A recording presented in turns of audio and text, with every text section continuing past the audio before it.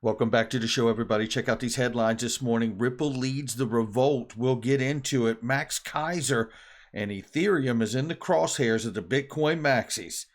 We have some hard evidence, I believe, that crypto is going to get straightened out and straightened out soon. And that evidence is coming right from Congress. I think you're going to like it. PayPal and a stable coin. Let us not forget what happened to Meta, Facebook, and Diem Project. Be very careful where you step there, PayPal. And how about this? What's behind the national security issue for the executive order for crypto from the Biden administration? Well, I think we've got at least two catalysts to point to. Somebody roll that beautiful intro.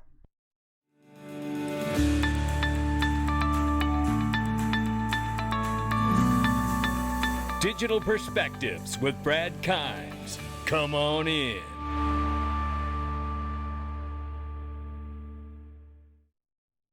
Welcome back to the show, everybody. You can follow me on Twitter at BackUpBradleyAbove, and everything that we're talking about here today. $1.734 trillion market cap for crypto, ladies and gentlemen. It's January 30th, 2022. Getting ready to start a new month here. One more day to go. And I do want to remind you that there is a special for Link2. And if you go right now, you got 2 days left where if you use your Uphold wallet to buy private equity on link2.com, you will get $1,000 worth of Bitcoin back in your Uphold wallet. Very, very cool deal. And they do have a lunch and learn coming up February 3rd, 2022. Make sure you sign up and do that. You do not have to be accredited to be a part of that. Let's take a look at the numbers very quickly here. 38,100 plus for Bitcoin. 2,600 plus for Ethereum. Cardano coming in now at $1.07. Solana is $96 and change. And XRP now 62 cents. We'll take a look at the range. 0.6144 on the bottom and 0.6269 on the top. Actually a pretty tight trading range right now. And like I said, join that lunch and learn, ladies and gentlemen. We're 405 days into the Ripple SEC lawsuit. American crypto innovation under siege. And if you look at this, there's an article here, and if you're not following ProCoin News, you really should. Okay, I'm a proud sponsor. Love what they're doing there. Ripple leads the revolt against the SEC. It goes in here and references a post from Jake Travinsky about a week and a half ago, 2 weeks ago. But what I wanted to show about this, because Jake Travinsky is also with the U.S. Blockchain Association. And I don't do this often, but, you know, it's nice of Jake to acknowledge that no matter your view on Ripple, two things seem clear. They're giving the SEC more trouble than anyone in crypto, maybe, or anyone, period, including Elon. Their leading dispute on securities law, if only because they'll fight to the death, unlike those who caved and settled. You know, where in the hell is the U.S. Blockchain Association and Jake Travinsky been in support of this entire more than a year-long battle, aside from an aimless tweet here? You know, it is despicable, to be perfectly honest, that U.S. Blockchain Association seems to be catering to the Bitcoin and Ethereum crowd more so than they're worried about the entire crypto space. If I'm wrong, I'll make the video, but I'll tell you this. Your absence speaks a lot louder than this little crappy tweet you had here. Trying to throw a dog a bone, are we? How about representing the entire crypto space? Speaking of representing the entire crypto space, that's what we all have an opportunity to do here today. Thanks to Kenneth Kemp. He is sharing all of the different people that are on the committee, all the Senate members from the U.S. Senate Banking. Contact all of these Senate Banking members to oppose the America Competes Act. Please, I am going to do it after the show. Make sure you do too. Let's make our voices be heard, because we certainly know one thing's for sure. One little teeny tweet from Jake Travinsky and the U.S. Blockchain Association doesn't quite cut it, now does it? Crypto mining won't survive another round of environmental legislation. No, I bet the U.S. Blockchain Association's got something to say about this. Yeah, we know what the negative effects of mining. It's not scalable at its current rate, right? They need to switch to more renewable sources, wind, solar, hydro, whatever other options are available, right? Using other energy sources that would normally, be left, as like waste and things of that nature. So that's what things need to move to. But let me tell you what, I never thought I'd hear myself say a sentence where I actually agree with Max Kaiser ever. But I have to say, I agree with him. Listen to what he says. He was on Kitco News, and listen to what he says here about Ethereum. And the SEC, Gary Gensler, has yet to come out definitively and say whether or not Ethereum is a security. So we're still waiting for that definitive comment. He may, in fact, and it is a security because it was created with the intention of profiting or making money from the sale of these tokens. That's textbook securities, a security sale. I know because I'm a former broker for many years. I know a security when I see one, and that's a security. And it should be shut down as an unregulated, unregistered security, for one thing. And number two, it's a scam. And the Wow. I tell you, again, I tend to like the more docile side of Max Kaiser when he's not hollering on a stage. Very good points there, and I concur with everything he just said. The only thing we're missing now is leadership, Gary Gensler. U.S. lawmakers have been loading up on Bitcoin, Ethereum, Cardano, the report says. Well, if you ever wanted some hard evidence that this crypto business is going to get sorted out, the greediest people on Capitol Hill are actually starting to fill their pockets with crypto because they know they're the ones that are ultimately going to have a hand in making sure that it's legislated properly. So they're getting it now at these bargain basement prices, right? You can't make it up. Representative Barry Moore hoarded Cardano worth of $45,000 up to $15,000 in Ether. It goes on. Mark Green's got some BAT and CeeLo and then this, that, and the other. And this one's got that. I'm not going to go through all of it because it's whatever. But the larger narrative here is they're buying crypto. And if they're buying crypto, they're not buying it because they know it's going to be outlawed. They're buying it because they know it's going to be regulated and legislated.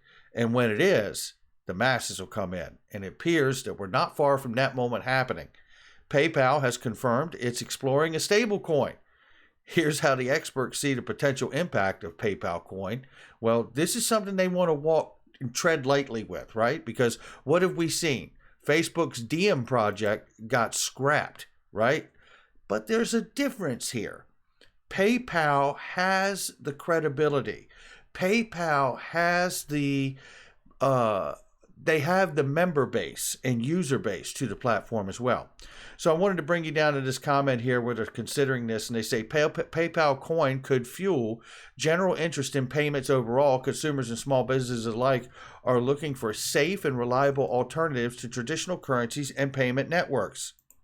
Max Galka, CEO of blockchain search engine Elementus, seemed to agree with the assessment, noting that the globally recognized platforms such as PayPal supporting cryptocurrency stablecoins are immediately put in a trusted realm for a large swath of the population. Now, there's a different angle, and it really does make a lot of sense here.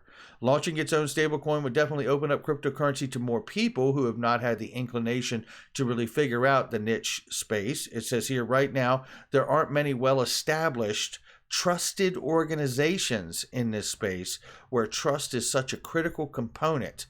PayPal would be one of the first major financial companies to embrace crypto.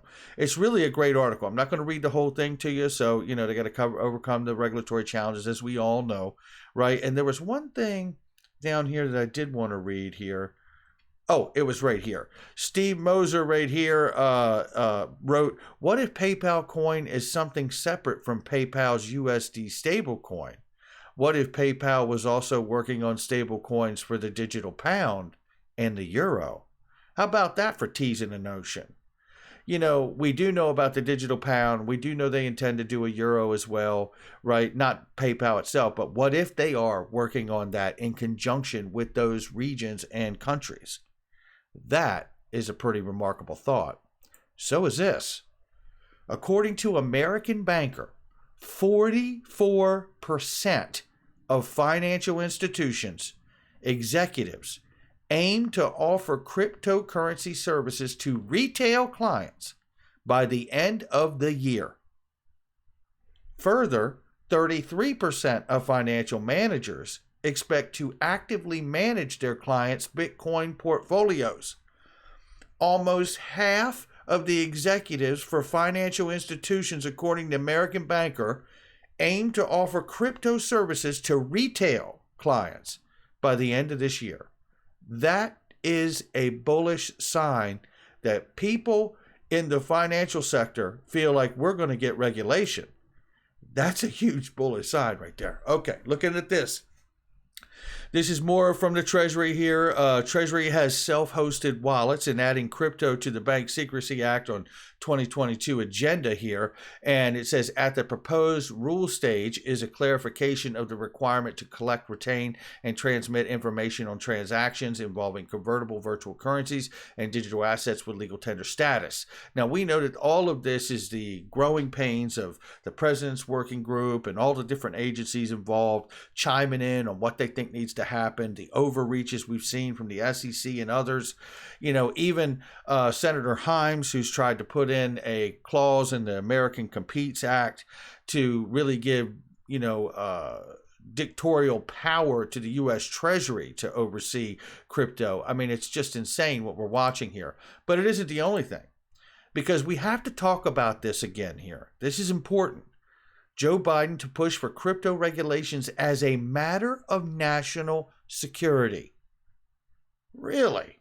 Well, and if you remember, we looked at the article that really originally came out, and they said, we're going to do some assessments before we drop the executive order. Somewhere between April and August, we're looking to, really release the executive order on what's going to happen, how it's going to go. Well, interestingly enough, Eleanor Terrett reported here the same exact thing about the matter of national security issue for the executive action towards regulating cryptocurrencies. But down here, she said changing next few weeks to next week as per a source.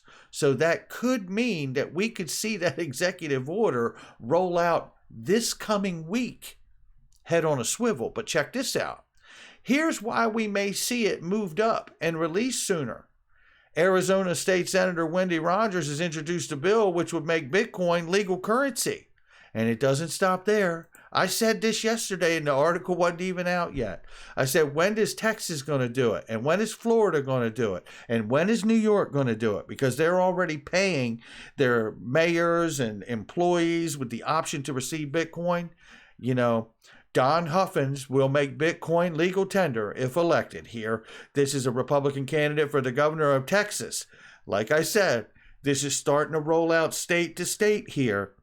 This, I believe, is something that the White House has been well aware of, and it, along with many other things, the assets themselves and the power they have through adoption and what they can bring to the world, and the capability of moving and settling value for those systems that work, right? But looking right here, this seems to me where the White House would point to why this is a matter of national security and why it needs to be stepped up to possibly this coming week. That's going to do it for me. Make sure you hit the like and subscribe, leave a comment below. This is getting pretty damn interesting, ladies and gentlemen. Make sure you do leave a comment below. I love hearing your thoughts. And make sure you check out all the links in the description and comment section. They're great products and services I use each and every day. And keep your head on a swivel. We will be going live this morning on Facebook at Digital Perspectives News. Check it out. The page is right here. Let's see if it'll load for us. There it is. Digital Perspectives News. We will be going live between 9:30 and 10 a.m. this morning, and we'll have a great conversation about everything that's in front of us, in front of this week to come, and even answer some questions and comments from all of you. So looking very much forward to hanging out with you guys this morning. We'll catch you on the next one.